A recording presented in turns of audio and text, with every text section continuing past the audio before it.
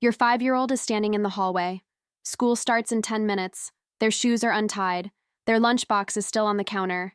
Their jacket is somewhere upstairs. And you have asked 4 times already. Please get your shoes on. Nothing. We need to leave in 5 minutes. Still nothing. So you do what actually works. You raise your voice. You count to 3 with that edge in your tone. Maybe you throw in a consequence. If you are not ready in 2 minutes, no screen time tonight. And finally, they move. You think you just taught them to listen. You think you just won the battle. But here is what actually happened in that moment. And this is going to sting a little. You just trained your child that your words do not matter until you lose control. You taught them to ignore your first request, and your second, and your third. Because they have learned that nothing actually happens until mom or dad reaches that breaking point. You taught them to wait for escalation, to rely on your stress instead of their own internal compass. And tomorrow morning, you will do it all over again. Because nothing actually changed in their brain. Now here is what makes this even more frustrating. You are doing everything the parenting books told you to do. You are setting clear expectations. You are following through with consequences. You are being consistent, but somehow it is not working. But here is what is going to change everything. There is a reason Finnish children show the highest levels of self-regulation in the world. It is not genetics. It is not luck. It is one counterintuitive principle that completely flips how we think about discipline. A principle that teaches children to regulate themselves from the inside out. Not through obedience, not through fear of consequences, through something much more powerful. And by the end of this video, you will know exactly how to implement it in your own home.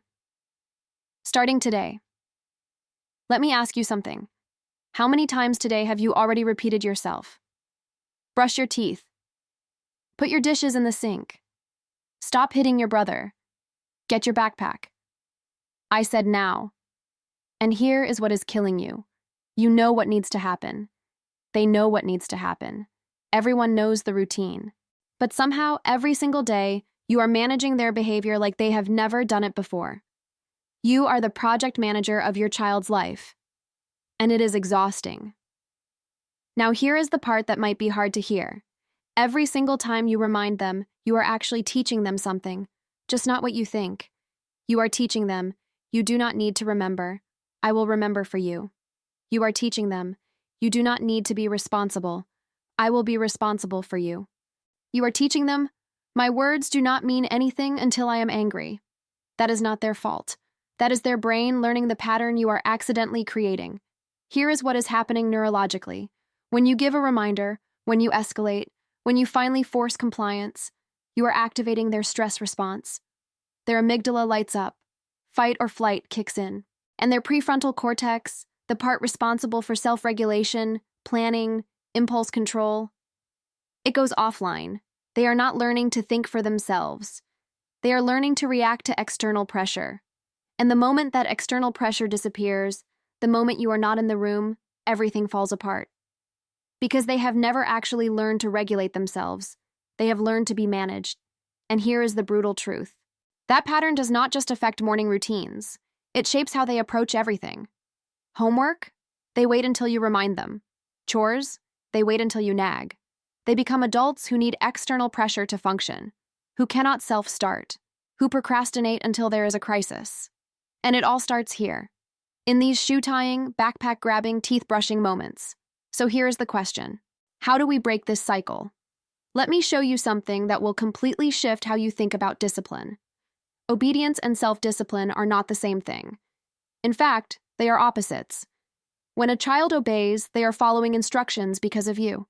Your presence, your enforcement, your consequences. Remove you from the equation, and the behavior disappears. But when a child has self-discipline, they regulate themselves. Even when you are not watching, even when there is no reward, even when it is hard. That is not external control. That is internal compass. And here is what is going to blow your mind. In Finland, children as young as 7 years old navigate public transportation alone. They walk to school through snow and darkness. They manage their own time. They take responsibility for their learning. And here is the part that seems impossible to most Western parents. No one is standing over them making them do it. No sticker charts. No elaborate reward systems. No constant consequences. No micromanaging. They just do it. This is not cultural magic. This is neuroscience. This is developmental psychology. This is how human brains actually build self-regulation. And it works everywhere. For every child.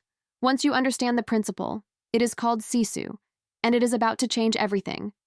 Sisu is a Finnish word that has no direct English translation. The closest approximation is something like stoic determination, or persistent resilience, or inner strength. But it is deeper than that. Sisu is the ability to keep going when things are hard. To push through difficulty not because someone is making you, but because you have decided it matters. It is grit. It is perseverance. It is self-reliance. But here is what most people miss about sisu. It is not something you are born with. It is something that is cultivated, deliberately, through how you are raised. Finnish parents understand something that most Western parents do not. You cannot teach sisu through lectures. You cannot force it through consequences. You cannot bribe it with rewards. You build it through experience, through letting children struggle, through giving them real responsibility, through trusting them to solve their own problems, through stepping back instead of stepping in. Let me paint you a picture of what this actually looks like. A Finnish mother and her 6-year-old are walking home from school. It is winter. It is cold. The child's hands are cold because they forgot their gloves. The child complains, "Mama, my hands are so cold, I forgot my gloves." An American parent in this situation, most of us would do one of two things. Option 1, we would lecture. "I told you to put your gloves in your backpack. This is why you need to be more responsible." Option 2, we would rescue. "Here, put your hands in my pockets. Next time, remember your gloves." But watch what the Finnish mother does. She says, "Your hands are cold." That is it. No lecture, no rescue, just acknowledgement. The child nods. "Yes, very cold." They walk in silence for a moment. Then the child says, "Tomorrow I will remember my gloves." The mother nods. That is a good plan. And the next day, the child remembers. Not because they were punished, not because they were bribed, because they experienced the natural consequence. Their brain made the connection, and they solved the problem themselves.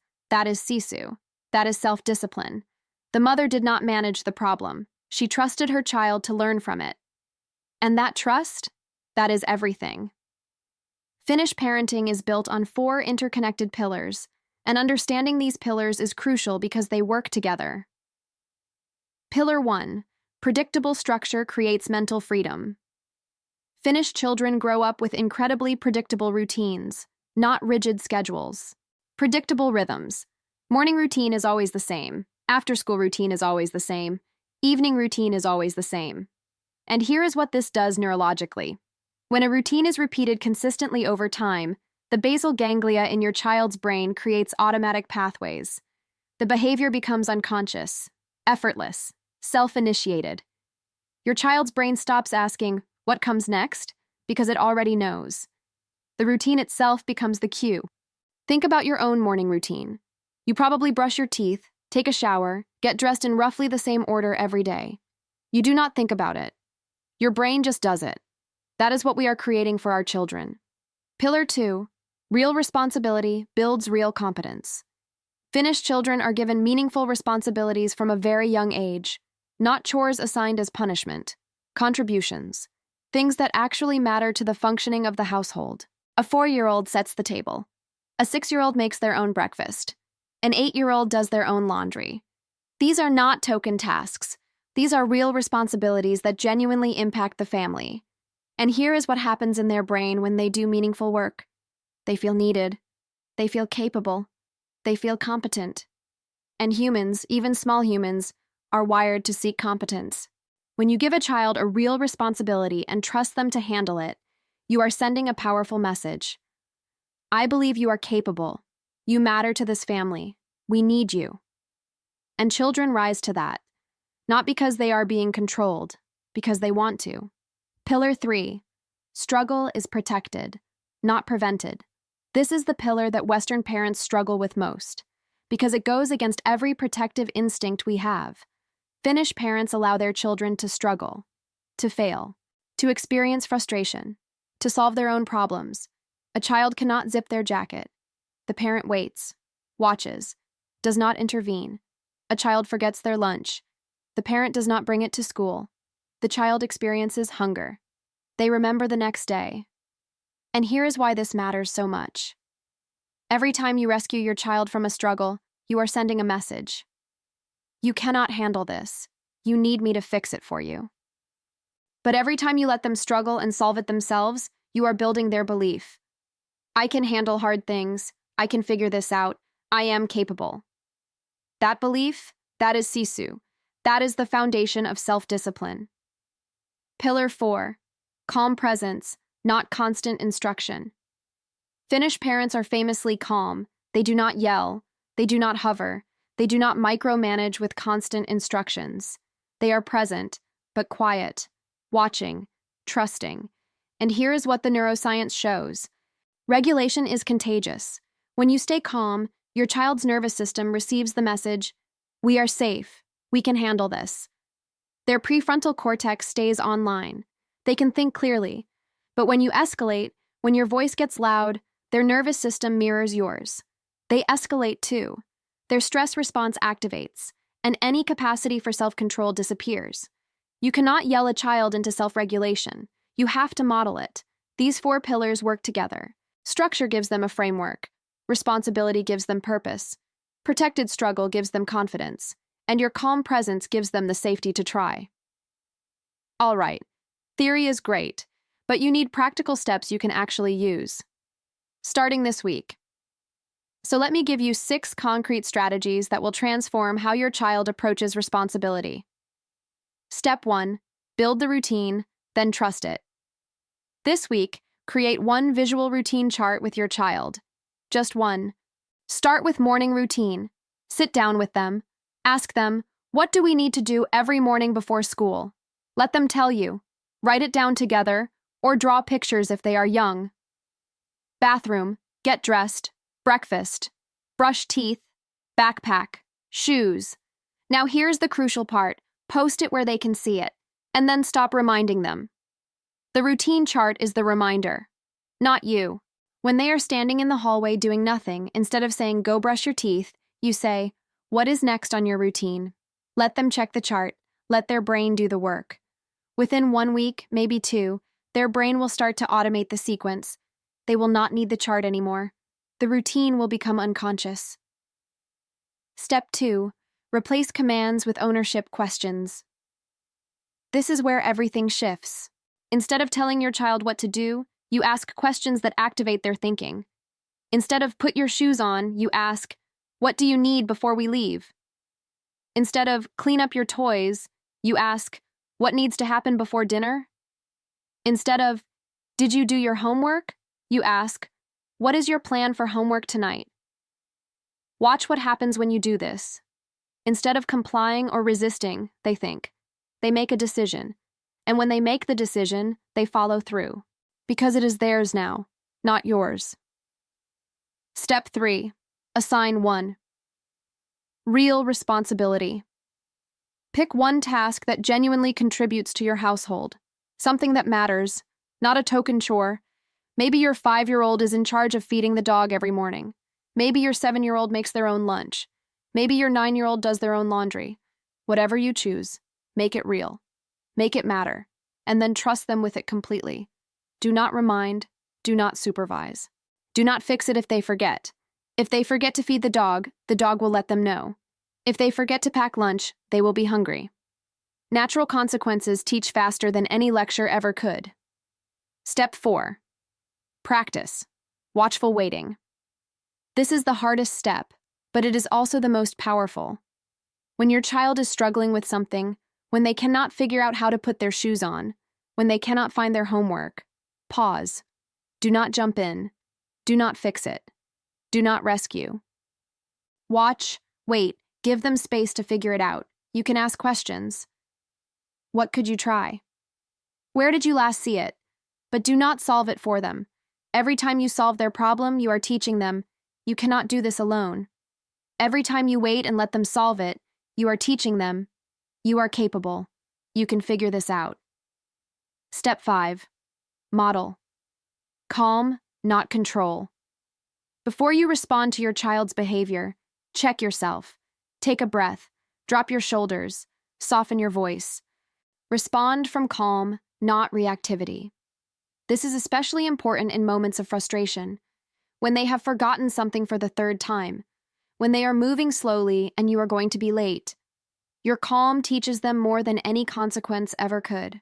Step 6. Acknowledge process, not just outcomes. When your child completes their responsibility, when they remember their routine, when they solve a problem themselves, do not just praise the result, acknowledge the action. You remembered to check your routine chart. You figured out how to tie your shoes by yourself. You solved that problem without help. This builds internal motivation. They are not doing it for your approval. They are doing it because they are capable. Let me be really honest with you about what this process actually looks like. Week 1 is hard. Your child is confused. They are used to you managing them. So when you stop reminding, they might just not do it. They might miss the bus. They might go to school hungry. They might forget their homework. And you are going to feel like the worst parent in the world. You are going to want to jump back in, to save them. Do not. This is the learning happening. Their brain is making connections. Week 2, they are testing. They are asking, do you really mean this? Or will you go back to managing me if I wait long enough? Stay consistent. Keep asking ownership questions. Keep trusting the routine. This is where most parents give up. But you are in the middle of the pattern change. Week 3, you will notice something different. They check their routine chart without being asked. They complete one responsibility without reminding. It is small, but it is real. By the second month, the routine is becoming automatic. They wake up and follow the sequence. They handle their responsibility without thinking about it. Month 3 is when you see the transfer. They apply the self-discipline they have learned in one area to other areas. They start their homework without being asked. They clean up without reminding. 6 months in, your child is unrecognizable from the one you started with. They wake up and get ready for school without a single reminder. They handle their responsibilities automatically. They solve their own problems first before asking for help. And you? You are not exhausted anymore. You are not managing every detail of their life. You are watching them become capable, confident, self-directed humans. That is sisu. That is self-discipline. I know what you are thinking. You have got questions. Let me address the big ones. But what if we are already late? If you invest the time now to build the system, you save countless hours later. And on the days you truly do not have time? Natural consequences. We are leaving in 5 minutes, whether you are ready or not. And then you leave. They learn very quickly. But my child has ADHD, autism, or sensory issues. Children with neurodivergence often benefit even more from predictable routines and visual systems. They thrive on structure. You might need to adapt. Visual schedules. More time built into routines. But the principle stays the same. But what if they forget something really important? They will. And that is okay. That is the learning. Obviously, you are not letting them experience danger. But forgetting homework? Getting hungry because they did not pack lunch? Those are safe failures that teach powerful lessons. This feels too harsh. Should I not help them? You are helping them, just not in the way you think. Every time you rescue them from a small struggle, you are preventing them from building the skills they need for bigger struggles later. You are not being harsh, you are being wise. Here is what most parenting advice misses. This is not just about shoes and backpacks and morning routines. This is about identity. Every time your child solves their own problem, they are building the identity. I am someone who figures things out. Every time they complete a responsibility without reminding, they are building the identity. I am someone who follows through. Every time they push through difficulty, they are building the identity. I am someone who does not give up. That identity shapes everything. How they approach school, how they handle friendships, how they face challenges, who they become as adults. Children who grow up with sisu do not just become responsible. They become resilient. They become self-reliant. They become people who can handle hard things. They become adults who do not need someone else to motivate them, who do not procrastinate until there is external pressure, who trust themselves to figure things out. And it all starts here, in these small daily choices. So here's what I want you to do. Not next week. Not when things calm down. Today, pick one area. Just one. Morning routine. Bedtime routine. One household responsibility. Create the structure. Build the routine chart. Assign the responsibility. And then step back. Stop reminding. Stop managing. Stop rescuing. Trust the system. Trust your child. Trust the process. It is going to feel uncomfortable at first. You are going to want to jump in. Your child is going to forget things. Natural consequences will happen. Let them. Because here's the truth that no one tells you about parenting. Your job is not to prevent your child from ever struggling. Your job is to give them the tools to handle struggle. And the only way they learn those tools is by using them. So stop doing for them what they can do for themselves. Stop managing what they can manage. Stop solving what they can solve. Build the structure, model the calm, trust the process. And watch what happens when you give your child the space to become capable. That morning scene we started with, the shoes, the delays, the escalation, the exhaustion, that does not have to be your reality. You do not have to nag. You do not have to yell. You do not have to manage every detail of their day, because self-discipline is not something you force onto a child. It is something their brain learns through structure, through responsibility, through protected struggle, and through your calm, trusting presence. That is Sisu. And it works. Start today. Pick one step. Build one routine. Trust one process. Your child is more capable than you think. You just have to give them the space to prove it.